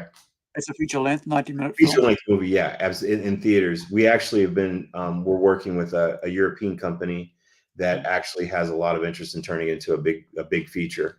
And Lance Reddick, who mm, the actor Lance, he passed away earlier this year. It was yeah, devastating because Lance and I were actually working together developing Oceanus feature with him as a lead. So right. we were developing it with him as the lead, and we were going to bring in Gerard Butler to play sort of the nemesis to his character. So, Yeah, but a really great treatment came out of that, and I think this treatment nailed the premise, and I think it's going to mm, be great for new audiences. Audiences who have seen the short will go, okay, I yeah, see enough in this that I understand what it is that you were trying to do. I get it, mm, and then a completely new audience could be pulled into it. So we'll see mm, what happens. But I'm definitely the project will get finished and turned into yeah, something someday. And because it's a heck of a story. I mean, the whole idea for me was what would happen if you were living underwater yeah, and then suddenly that's the only choice you have is to live yeah, underwater, right? It's like yeah, literally like the underwater civilization becomes the civilization on Earth. That's the basic premise of it. Just to and then what happens to the people living there, and what do they, that kind of thing. So so like, I mean, it kind of feels like a reverse water world because there's no land, and now you just got, instead of being able, because you can't live above the water, so you're mhm. stuck underneath Yeah, in there's this, a there's on there's this something that islands. occurs that makes it Yeah, impossible to live above the surface, I and so just, yeah, then it's at least for a long time. And so it the feels question like, is, once that happens, what happens to the people who are living mm, underwater, and how do they survive? And then also any other factions or groups of people who live underwater, they're fighting over the resources and mm, everything down there. There's a whole thing. It's a dark premise, but I think it's one that could challenge us and talk a lot about what it is to be human right now. That's what I see the story being. So yeah. that's what Do I'm you working get along, or do you just like, it's the same old thing, isn't it? It's like, there's always somebody wants something that you have, and how far will they go to get it? They have You to know, figure it out. They have to figure it yeah, out because it's like there's only so many of us left, and if there's only so yeah, many of us left, we have to do better. We have to change, yeah, and that's what I see that story. Honestly, I would be very happy about just doing a story about an underwater city, right? I think yeah, that'd be just fine. I think that the problem is that when you're dealing with Hollywood and Hollywood financiers, it's like, well, yeah, but where's the hook? Where's the meat of this thing? Where's the stuff that I can chew on? And it's yeah, like underwater city. That's not a movie. yeah. Okay, so It's the that's same idea. It's the same idea. the actor isn't well known enough, or they're not, Right. actress isn't well known enough. They So call you it need major elements. It needs major elements.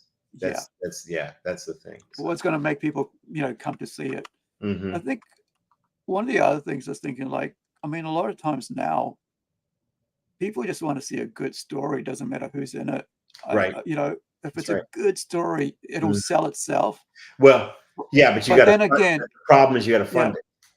That's it. That's the other problem part. is that you're not going to be able to fund that good story unless you have the elements that they're interested in and believe in. Otherwise, they won't give you the money for it. That's the problem. And so even even with like my film Persephone, we've been struggling because they want this really small number of A-list actors to be in your film. And if you don't have one of those actors, so then the problem is now everybody's after those same actors.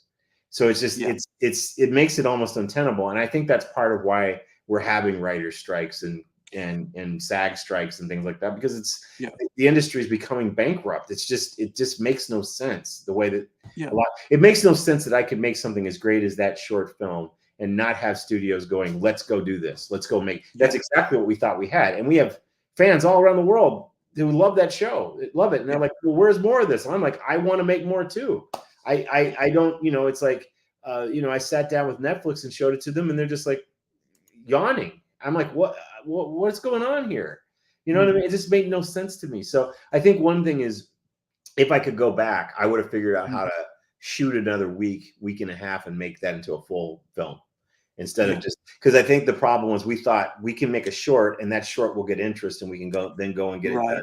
And I think we would be much better if we just made the whole movie. I think it'd be a completely different world if I just figured out how to just make the thing, Because I think like, I guess it's like getting having a product and then having a product to show, and it's like at the moment all they want is product. They don't want you to come up with an idea. They just want you to have have it. Here it is. Here's my pizza or my burger. Not like this is what you do to get a burger made, kind of thing. I don't know. It just kind of feels, but I think because of strikes, it might actually be better for indie creators. Right no question. In my mind, I think it actually is going to help. I really do. I think it's going to help. Yeah, for sure. Because there's lack of, there's what's that, 100 days lack of product. So now they'll be like, which product? But also, they're finding out that people want good product. And at the end, as we say, product being what people view, but entertainment, they want good entertainment and great stories. No question. If you don't get it where it's regularly going to come from, they're going to go where they can find it. And I find that's where indie creatives are really, raising the bar, to be honest, I think, because, like crowdfunding, I said earlier, crowdfunding's allowing really great stuff to come. I've actually just saw Jason Howden, who's a New Zealand film creator, who did, what's that, Guns Akimbo? Also Deathgasm, horror movie writer, right? Oh, sure. Yeah. And so is he in Australia or New Zealand? He's a Kiwi. He's New Zealand. He's New Zealand. So, okay, that's right. Okay. Yeah, so he's just put up. I've seen his too. Yeah. So I mean, that's a whole different thing. I mean, it's a different genre, so it's horror. So, but what I love is that it's allowing, people just having their own vision, to do something, and I appreciate that. I think, and I'm supportive of that, and I think more people should be supportive of that. If if you're out here going, I don't like this because it's so, this and that, I just can't. Well, then get out here and support people on crowdfunding. Right. Exactly. You got no excuse, and to complain. If you're complaining, then do something to help other creatives. Agree more. Yeah. Tell us about, we mentioned a bit about Parallel Man earlier, so let's go through that for a bit, because I just love, I love manga and anime, and I love animation. I was watching a couple last night, and I enjoy that, because I come from, I'm doing comics and stuff like that. I love the, let me find something really different. Actually, it might just go from this over here. because that's kind of a really cool setup. Okay. All this because watch a little bit, and we'll get you to talk about this. This is Parallel Man. Yeah. Well, okay. So here's the thing. I actually was interested in parallel universes since I first saw I think it was Mirror Mirror on the original Star Trek. Okay. And so I've been thinking about the kinds of parallel universes for decades, and we did this before the whole advent of the whole parallel universe thing that's been going on with Marvel and all the other stuff. It's like I've always thought it was fascinating, the idea. And so I wanted to tell a story about a totalitarian regime that developed the ability to travel across the multiverse, and then using that ability, they basically become villains. It's actually the United States that becomes the villains in this version.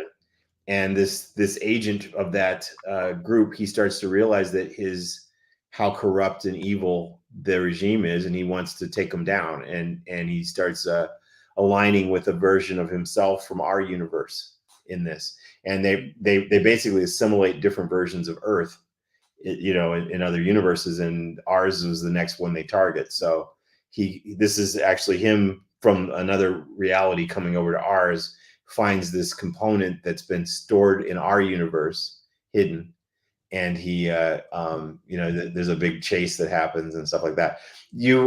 I will send you, just for the fun of it, there's a graphic novel that we did of this. Well, actually a 7-issue comic book series. Wow. and a big graphic novel that turned out great. That was really, really cool. That tells this whole story. So you'll have to read it. I'll send you a PDF of it. So yeah. We actually starting next Friday. We actually started doing a Huey's Review Comic Books show. Okay. And so I'll get one of the guys. I'll read it to myself. Live on YouTube right now? Is this live on YouTube? This channel? Yeah. Yeah. Okay, that's what I thought. Okay.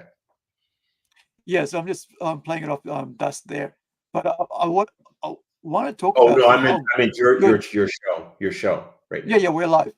Yeah, on YouTube. Yeah. Okay. Mm-hmm. Yeah. So what I was going to say is what I loved about it was the quality of the animation. Oh, thank you. Yeah. That was the first thing. I took it really, really seriously. I mean, all the design work, all the whole thing. It's like I wanted the backgrounds, for example, to feel like a painting, as opposed to, I wanted a very organic look and feel to this that didn't feel overly, I wanted it to feel human and organic and not so technical. Yeah. And that was a big part of this for me. It reminded me of some of the animations I used to see in the 70s when I was a kid. And I was thinking, how can I update that 70s sort of look and feel with modern animation and techniques and stuff? So that's how we got to this. So. I'm into parallel worlds, and just for the, I remember sometimes a few years back I was having a dream, and I was in different, in my dream I was in different universes. I was in London, in the 1800s, and then I was in the future, and there's ships flying around, and balloons and stuff, and then I'm back and now thing, and I was like, that's just that idea of that. It's like time travel, right? It's fascinating. It's super fascinating. It really is, so yeah, no, I definitely think there's something to, well, here's the thing. There could be many different types of parallel universes and parallel worlds, So the whole idea is to,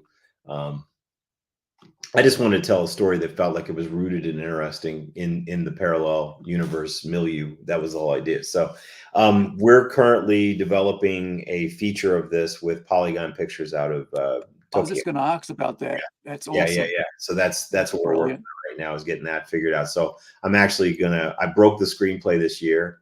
So I kind of took the graphic novel, and my writing partner and I kind of rethought it and modernized it, and we're really happy with it. And Polygon likes it. So right after the first of the year, I'm going to start writing that script, and then we'll go into active development, figuring it all out and getting it together. So, it probably won't be something we'll get to see for a couple of years, obviously, because animation takes a while, but we hope to have something greenlit by the end of next year and funded. That's awesome. Yeah. I mean, something the fact that it's such a, great story, Mhm. you know, great work on it. Like, I mean, this is from when? Like, when did you actually make Oh, I this? actually made that. It was 2014, 15. Yeah. So it's been around a while. We were way ahead of our Yeah, time. So I was here. You're ahead of your time. It's like, yeah, yeah. yeah, You know, So, 1.6 million views, you know, just on this site. I mhm. mean, I'm not sure, you know, where else you've released it, but on Dust itself, it's 1.6 million views, Yeah, and you we've know, got very good and reviews too. People really like yeah. it. So, yeah, the comments are great. So, yeah, we'll do something more with it. It's coming. Okay, so next up, let's spend the next 10 minutes talking about the Kickstarter, and then we'll finish off with what I call words of wisdom or the last words, Okay. and that'll be us Well, for today. But yeah. yeah, Yeah. So, um, the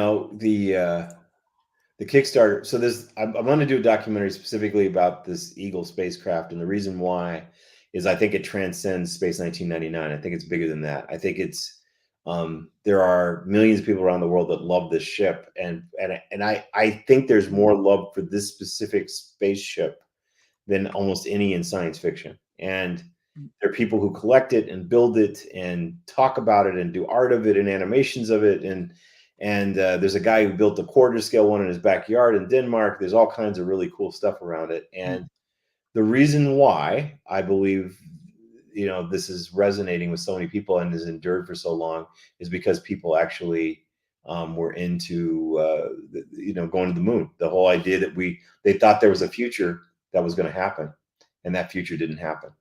And so because that future didn't happen, right, we held on to this iconic spaceship as a sort of an aspect of that dream that was unfulfilled. And so that's the story I want to tell about this. Yeah. now you got a whole bunch of people that's from the actual show involved with this. Yep. So do you want to talk about them, or would you rather I play the video for this? Oh, it's up to you. I mean, I think, I think the video, it's up to you. You do whatever you think is the best way to. How long's the video? Is it It's like, it's about 3 minutes. oh, Yeah. that's okay, we'll do that, and then I'll get you to talk about Okay. it. Let's Hi there, this is Nick Tate. I'm super excited to be part of the new documentary, The Eagle Has Landed. An exclusive look starts now. 50 years ago, an icon was born. The Eagle transporter is one of the greatest sci-fi spacecraft ever conceived. To this day, the design provokes an intense devotion among countless fans around the world. The question is, why? I'm writer-director Jeffrey Morris. I've been enamored with the Eagle since I first saw it in the TV series Space 1999 back in 1975. As a child who followed the Apollo program, the Eagle felt like a direct descendant of NASA's lunar module. Those transformative moon missions left an indelible impact on a generation, as did the Eagle in Space 1999. Over the years, I've discovered that I'm just one of millions of fans who has an affection for the Eagle and a nostalgia for a future we never achieved. So I'm shooting a feature documentary about the origins of this beloved ship, while also exploring its ongoing cultural impact. And I'm inviting you to join me. I'll be speaking with the Eagle's designer, visual effects wizard Brian Johnson. I'll also chat with Nick Tate, the actor who played legendary pilot Captain Alan Carter. It's going to be an epic journey as I travel around the globe to speak with Eagle aficionados and luminaries from the worlds of science and science fiction. As for myself, the visionary world building in Space 1999 blew my mind. It ultimately inspired me to become a filmmaker and production designer. I'm the creator of hard sci-fi projects such as the forthcoming deep space adventure Persephone, the apocalyptic underwater thriller Oceanus, and the universe-hopping techno-fantasy Parallel Man. Now I'm bringing all of my experience and passion to the creation of this documentary. The good news is we've already begun production.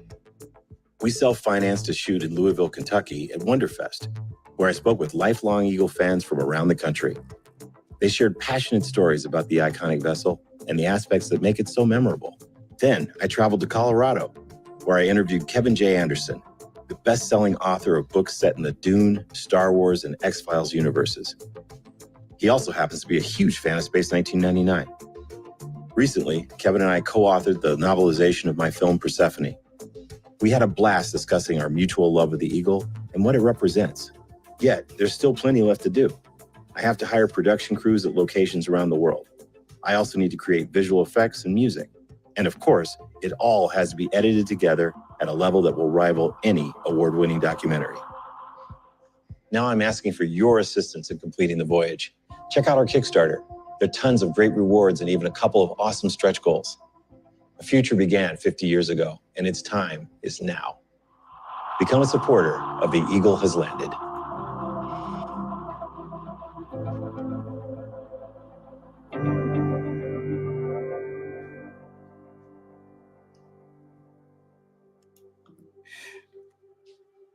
Do you want to take us through some of the tiers here? You mean as far as the support? Yeah, Yeah. I mean, you know, we're giving away. I mean, well, you know, we obviously want people to fund these different levels, but I mean, we've got a lot of cool things. I mean, bottom line is we're going to have, you know, a digital access. We're going to have a Blu-ray, you know, 4K UHD Blu-ray. We've got a different versions of the Eagle. You can get. We can tell your story. You can have dinner with one of the, you know, with the creator Brian Johnson or with the actor Nick Tate. We've got some really cool stuff that we've come up with for it, you know. Yeah. So it's, yeah, we think it's cool. I mean, it's like, this is a chance to see, you know, what people basically, yeah. So look at that. We've got 3 of those. Yeah. So, you know, it's a lot. There's a lot of cool, you know, stuff we've tried to do and create here for this. So, yeah.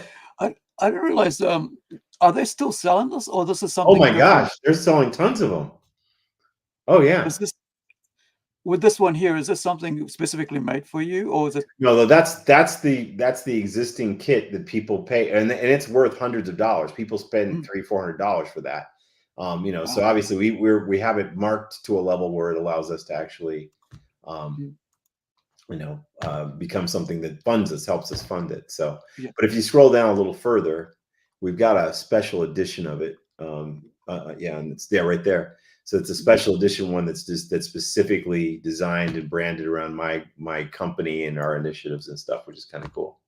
So let me just bring that one up. Zoom in there. Yeah. There you go. Yeah. So that's a special edition. Yeah. It's awesome. Yeah, which is fun. Yeah. So yeah, so we've got some cool stuff there that we think we put together for it, and we're excited, you know. So, but you can see all about. I mean, obviously, this is a big story we want to tell, and we're traveling all different parts of the world, and there's all kinds of things we're trying to do here to pull it off. So, yeah, it's so cool. All right, guys, you can check that out on. I've got the link there that you can view. But we'll finish off here. Before we go, I just wanted to talk about the book. I'm going to let you say it. Yeah, I'm going to have trouble with that. Persephone, right? Yeah, Persephone. Yeah. So, where can they find the book? Like, it's not. We're holding off until the film is made. You know, so it's right. There will be there's going to be Kevin Anderson is going to do a Kickstarter for the book, and that's going to be launching in about a month. So that'll be, you know, because I got this is the book right here that he and I did. So it's a really cool book. So we're gonna be releasing that via the Kickstarter, and the version of the book is going to be very special in that it's a prototype of the story based on an early draft of the script. The current draft of the script is very different. So if you get that, you'll get it kind of access to a taste of the world, but not the final movie. It's pretty cool. So that's awesome. Yeah. Thank you so much. I really appreciated that. I mean, it's just. I love going on these journeys with our guests, you know, like itself, because it's just, I think a lot of times, you know, we don't know a person's journey. We just see the final work, and we don't, you know, we think this is it. You know, it's like, it's a product. And it's like, but then you see what the journey, I think, you know, has brought you this far to this. And now we get to see you going further on after this as well, because you got the films coming out, you know, and then to see Persephone as a book and then also as a film, I just, you know, is it because it's Oceanus that's going to be a TV series, right? Boy, I sure hope so. We'll see what happens. I mean, Yeah. right now we're targeting it to be a film, but I think there's all kinds of, I think once the Eagle has landed happens, I think it's going to open some doors for us to finally start to figure out what we can do with these things and turn them into something. These are original IPs. They're very well realized. We've got so much material we've created for each one. We just need somebody to give us a shot. That's what we're looking for, you know, and you know, there's been a lot of reticence in Hollywood. I don't think it's because of the quality of the package. It just has to do with, you know, who's in it, you know, and that sort of thing. So if we can either find a way to do it independently or, you know, get a voice in this place where people finally kind of start to take us seriously. The sad thing is I'm not the only one in this position. I know some very talented filmmakers who have made great short films and created content and even done independent features, and we're trying to get things moving. They couldn't do it. Super talented. It's just the system. It's a hard system. You know, it really is. It's that whole reboot thing, isn't it? Yeah, Like, well, it's because they want to use existing IPs. It's always about, you know, taking existing IP, hopefully something people know, something people remember, and then you know, putting a new spin on it. But then they think they've got the safety of having an existing audience, if that makes sense. So that's why something like this new movie, The Creator, I kind of want to go see that because I want to support the idea that there's an original movie with, you know, original ideas instead of it being a reboot or a remake kind of thing, you know. I think, I mean, like I mentioned earlier, people are hungry for good stories, and They are.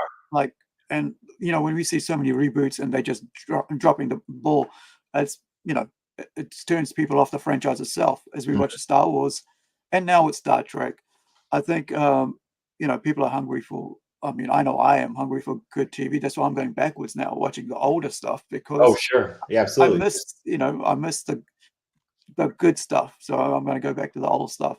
Yeah, But in finishing, I'll give you like this center stage. Basically, it's the last words. You know, where you have 3 to 5 minutes to say whatever you want, and we'll put you on full screen. And whether promotion or whatever, you know, whatever words of wisdom, whatever you want to say, it's your space to say that as the final piece. So give me a sec here, and I'll put you into that, and then you can take it away. Well, first off, I want to thank you for giving me a shot here to tell my story. I mean, I've had very few people who have actually, you know, it's one thing to talk about the content that you're doing right now, and it's another thing to have someone say, "Tell me about you. Tell me about your childhood. Tell me about, you know, how did you get to be this guy now?"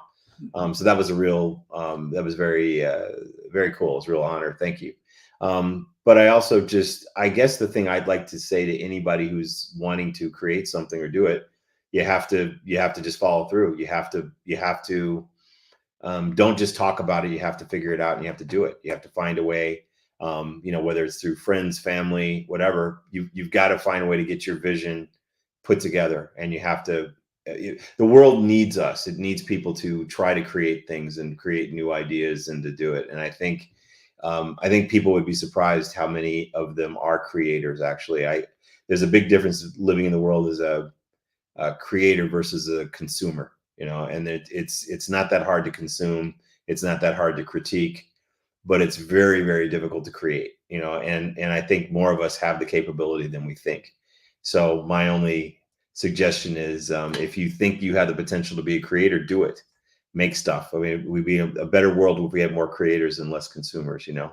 Not that there's anything wrong with consuming, but you know, I think being a creator and a thinker and originator there's something very special, and I think each of us have the seeds of that in us. Whether it's it doesn't necessarily have to be this kind of storytelling. It could be any type of art or you know, you know, so many different approaches and vocations. But try to create. Try to find a way to make a mark on this world, a positive mark on this world, you know, through your own hand, your own means. That would be my final word.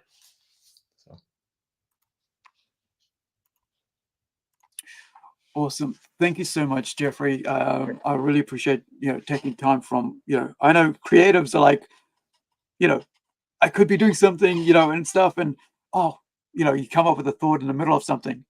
And, but you're like, you know, thank you for your amazing time and sharing your life with us. And Sure. you know, I just hope, you know, all goes well, and more people, you know, in the last 10 days, as you said, like, you know, we'll get the word out, we'll start blasting it as much as possible. And because I think, you know, the, you know, more creative stuff, the better, more Yeah. good stuff, the better. I Yeah. think. Yep. Absolutely. So I agree. Well, thank you very much for having me. I appreciate Thank it. you. Okay. All right. All right, guys, ka kite anō. See you next time. We've got another interview later on this afternoon in New Zealand time. So everybody else on the Northern Hemisphere is probably sleeping. But we've got a friend of mine who's kind of come on and talk about his podcast where he just interviews local artists and yeah, A-list artists and so forth. So thank you so much. Thank you, Jeffrey, and everybody else. Go support The Eagle Has Landed. All right. Bye Thank for you. now.